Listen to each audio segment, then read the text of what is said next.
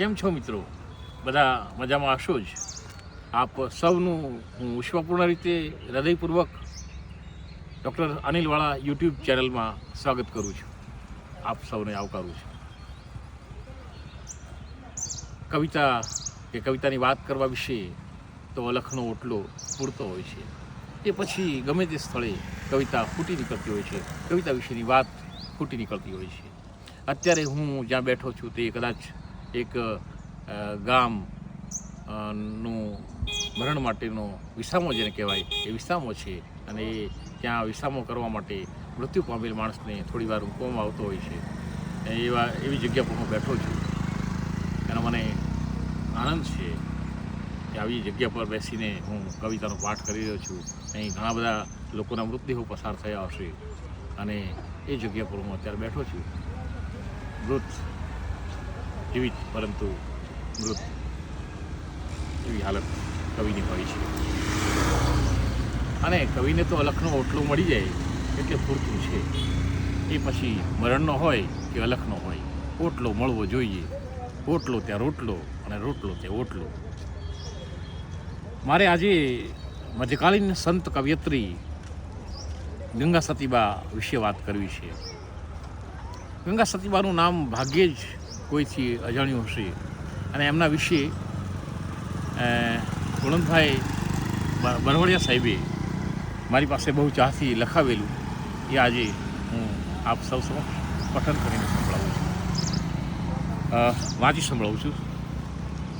મધ્યકાલીન કવયત્રી ગંગા સતીબાનું શકવર્તી પદ. બધા ગંગા સતીબાના નામથી જાણતા જ હોય, નામ જાણીતું છે. અને ગુજરાતનો કોઈક એવો વ્યક્તિ હશે કમનસીબ કે જે ગંગા સતીબાનું નામ જાણતો ન હોય. તો એમનું પ્રખ્યાત પદ વીજળીના ચમકારે મોતીડા પરવો રે પાનબાઈ, નહીતર અચાનક અંધારા થાશે જી. આ જીવન વીજળીના ચમકારા જેવું છે. એના વિશે હું આગળ વાત કરવાનો છું. જોતરે જોતામાં આ દિવસો વહીરે ગયા પાનબાઈ, 21,600 કાળ ખાશેજી. વીજળીના ચમકારે મોતીડા પરવો રે પાનબાઈ, જાણ્યારે જેવી આ તો અજાણ છે રે વસ્તુ પાનબાઈ, અધૂરી આને ન કહેવાય જી. તમે અધૂરા વ્યક્તિ પાસે જ્ઞાન પીરસી ન શકો અને એ સહન પણ ન કરી શકે, કેમ કે સિંહણનું દૂધ તો સોનાના પાત્રમાં જ રહે એવી એક કહેવત છે.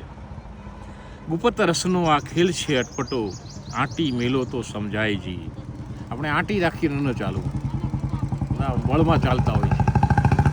કહેવત છે ને, કેસરી બળે તોય વળ ન મેલે. તો આંટી જે પડી ગઈ છે એને મૂકવી જોઈએ.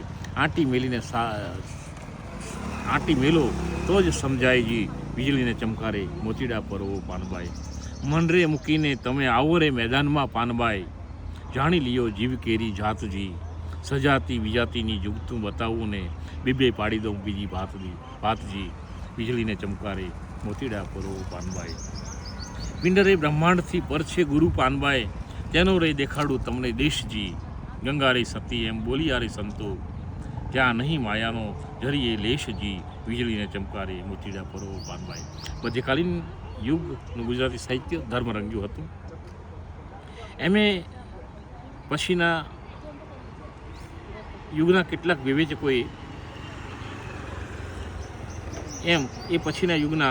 વિવેચકોએ બુમરેંગ મચાવી હતી. પરંતુ અમુક ધર્મજનોની અને જુલ્મી મુસ્લિમ શાસકોને કારણે સ્વાયત્ત અને સ્વકીય એવા સ્વધર્મને બચાવવાની યુગપત આવશ્યકતા ઊભી થઈ હતી. અને આ યુગવર્તી પરિબળોને કોઈ પણ ભોગે પહોંચી વળવાની જવાબદારી જનસમાજને માથે, સામાન્ય માનવીને માથે પણ આવી પડી હતી.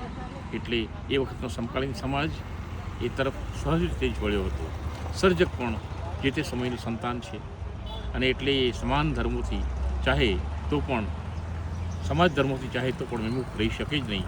જેમ સામાન્ય માનવીના ચૈતન્ય પર, એમ સર્જક ચૈતન્ય પર પણ સામાજિક સમસ્યાઓ અને વિડંબનાઓ કે વિભીષિકાઓ અસર કરતા રહી હોય છે. સર્જક જે તે સમાજ પૂરતો સામાજિક હોય છે. પોતાના પરંપરિત સામાજિક મૂલ્યોના રક્ષક તરીકે એણે ખૂબ મોટી જવાબદારી નિભાવવાની હોય છે. એ જ કારણ છે કે મધ્યકાલીન યુગના સર્જકોને કવિપદનું અભિમાન ન હતું.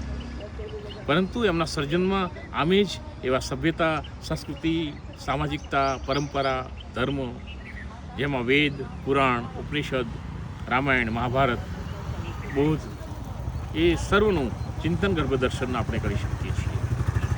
જૈન કવિઓની કૃતિઓમાં કે જૈનેતર કવિઓની કૃતિઓમાં ઉપશમમાં તો ધર્મ કે ધર્મ દર્શન જ મળે. નાનામાં નાના ગામડાના ખૂણામાં બેસીને લખનારો સર્જક હોય કે મહાનગરમાં બેસીને લખનારો લબ્ધ પ્રતિષ્ઠિત કવિ હોય, એના ચિત્ત ચૈતન્યની તદ્રુપતા એક સૂત્રી રહી છે.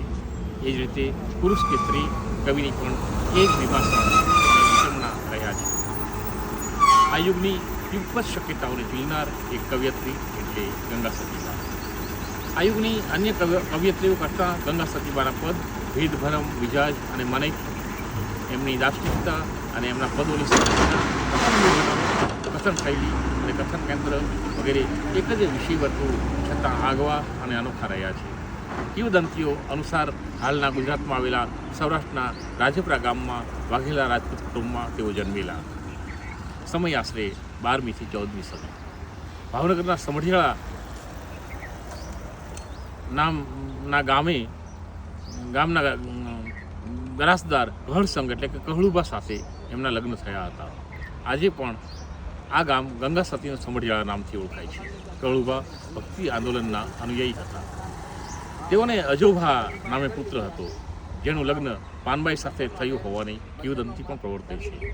ગંગા સતી અને કહળુબા અત્યંત ધાર્મિક હતા, તેથી તેમનું જીવન ધાર્મિક સત્સંગનું કેન્દ્ર બનેલું. આવનારા લોકો અને સાધુ સંતો માટે એ ઘર નાનું પડતા તેઓ ખેતરમાં જઈ ઝૂંપડી બાંધી રહેવા લાગ્યા. સત્સંગ ચાલુ જ રાખ્યો. લોકકહેણીથી અથવા મશ્કરીથી કહળુબાએ સત્સંગની સાબિતી આપવા માટે સિદ્ધિઓનો ઉપયોગ કરી મરેલી ગાય સજીવન કરેલી એવું કહેવાય છે. વાત ચોમેર ફેલાઈ ગઈ.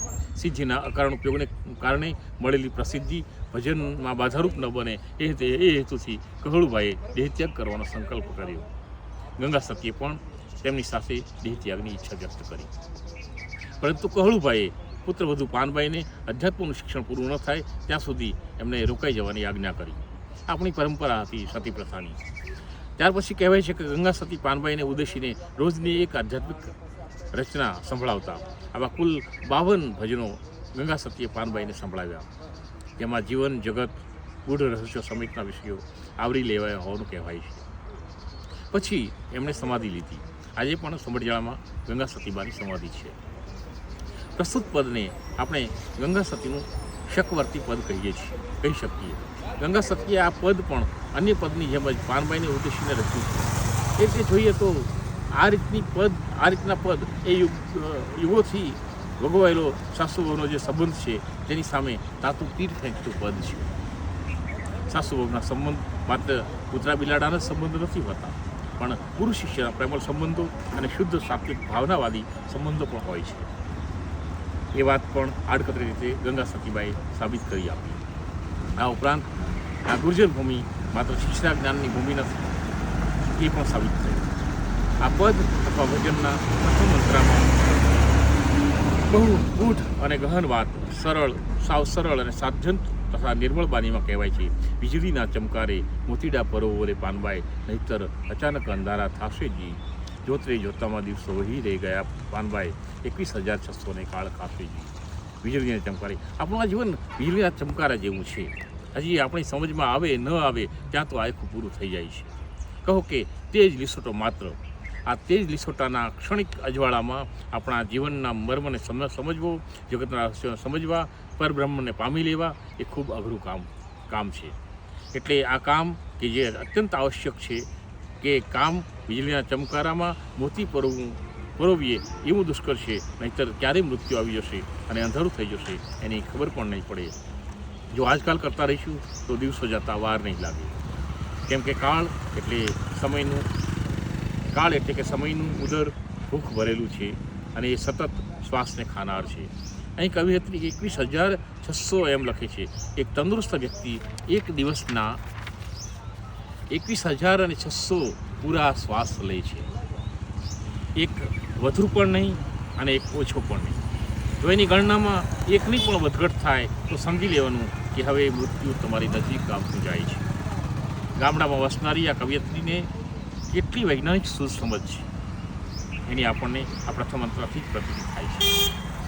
અલબત્ત શિવ સ્વરૂપ જ્ઞાનની પણ એને પૂરી જાણકારી છે અને વાસ્તવિક જીવનમાં એ પ્રાયોગિકતાપૂર્વક જીવે છે એ પણ પ્રમાણી શકાય છે. બીજા અંતરામાં ગંગા સતી કહે છે, જાણ્યા રે જેવી આ તો અજાણ છે રે વસ્તુ પાનબાઈ, અધૂરિયાને નો કહેવાયજી, કુપતરસનો આ ખેલ છે અટપટો, આંટી મેલો તો સમજાયજી, વીજળીના ચમકારે મોતીડા પડવો પાનબાઈ.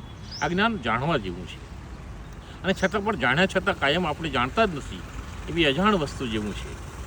જોકે જેમ મૂર્ખાઓને ઉપદેશ ન અપાય, બિન ક્ષમતાવાળાઓને શિક્ષણ ન અપાય, એમ આ જ્ઞાન પણ અધૂરિયા એટલે કે અધૂરા કે અધકચરા જ્ઞાનવાળાને ન જ અપાય, નહીતર એના વિપરીત અને ભયંકર પરિણામો આવી શકે છે. સંસાર અને માયાની આ જે બાજી છે તે ગુપ્તરસનો અટપટો ખેલ છે. જેની રસના સક્ષમ હોય એ જ આ રસ પામી શકે. એ સ્વાદેન્દ્રિયના ષડ રસ કે મનેન્દ્રિય અથવા જ્ઞાનેન્દ્રિયના નવ રસથી નોખો નવલો રસ છે. આ ગમે તેટલું જ્ઞાન પામવાથી સમજાતો નથી, પણ મનની આંટી મૂકવી જોઈએ તો જ સમજાય. હું પદ, અહમ કે કોઈ પણ પ્રકારના અભિમાનનો ત્યાગ કરનાર જ એને પામી શકે છે. હવે ત્રીજો અંતરો જોઈએ.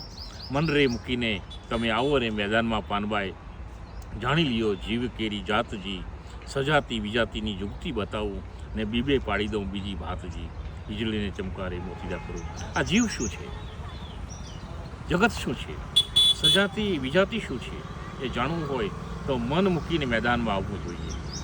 આ તો આપણી સાથેનું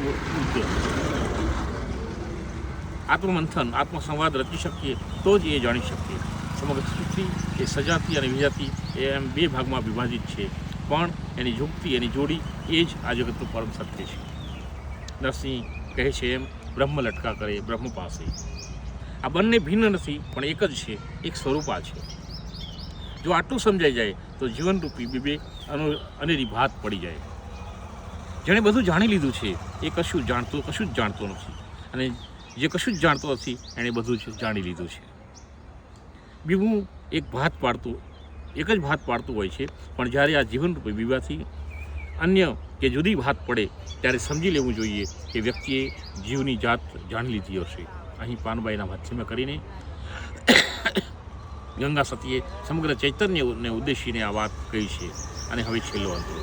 પિંડ રે બ્રહ્માંડથી પર છે ગુરુ પાનબાઈ, તેનો રે દેખાડું તમને દેશજી, ગંગા રે સતી એમ બોલી આરે સંતો, ત્યાં નહીં માયાનો જરીએ લેશજી, વીજળીના ચમકારે મોતીડા પરવું પાનબાઈ. ગુરુ એ બ્રહ્માંડના પિંડથી પર છે એવું અહીં કહેવાયું છે. સમજી શકાય એવું છે કે અહીં ગુરુ શબ્દનો આપણે સમજીએ છીએ એવો કોઈ અર્થ અભિપ્રેત ન જ હોય.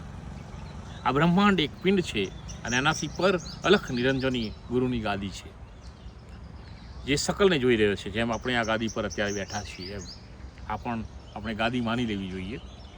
જે સકલને જોઈ રહ્યો છે એ જુદો છતાં સકલમાં સમાહિત છે.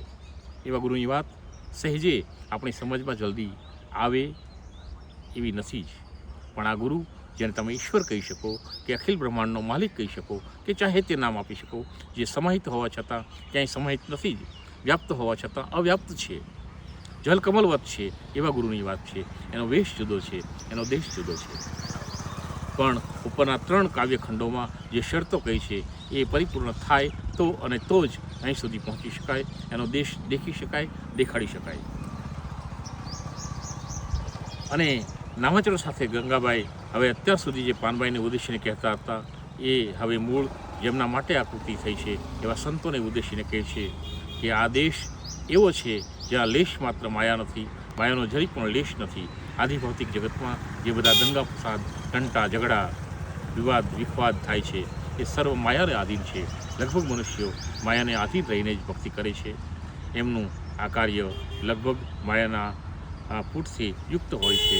પણ આટલું કરી જ્યારે આપણે ગુરુ પ્રાપ્તિની ક્ષણ સાધીએ ત્યારે એ સ્થિતિનું નિર્માણ થાય એ માયાના લેશ માત્ર પૂટ વિનાની નિતાંત અને ગરવી હોય છે. ગંગા સતીબાને વંદન લખનાર હું પોતે, લિખિતન હું પોતે. આપ સૌને વંદન. કાવ્ય મને જે રીતે સમજાવ્યું એ એ રીતે સમજવા પ્રયત્ન કર્યો છે. અને દરેક કાવ્યનો અર્થ વ્યક્તિએ એના ભાવ કે જુદો હોય છે. મારી કંઈ ભૂલ હોય તો મને ક્ષમ્ય ગણી માફ કરશો. અને ગમ્યું હોય તો લાઈક, સબસ્ક્રાઈબ અને શેર જરૂર કરશો, જેથી મારી વાત અન્ય વિદ્યાર્થીઓ સુધી પહોંચી શકે અને એ પણ એનો લાભ લઈ શકે. Thank you very much. આભાર મિત્રો. ફરી ગંગા સ્તુતિબાને વંદન, આપને પણ વંદન, આપનામાં રહેલા આત્માને વંદન, આપનામાં રહેલી ભગવત્તાને વંદન, સૌને વંદન. Thank you very much.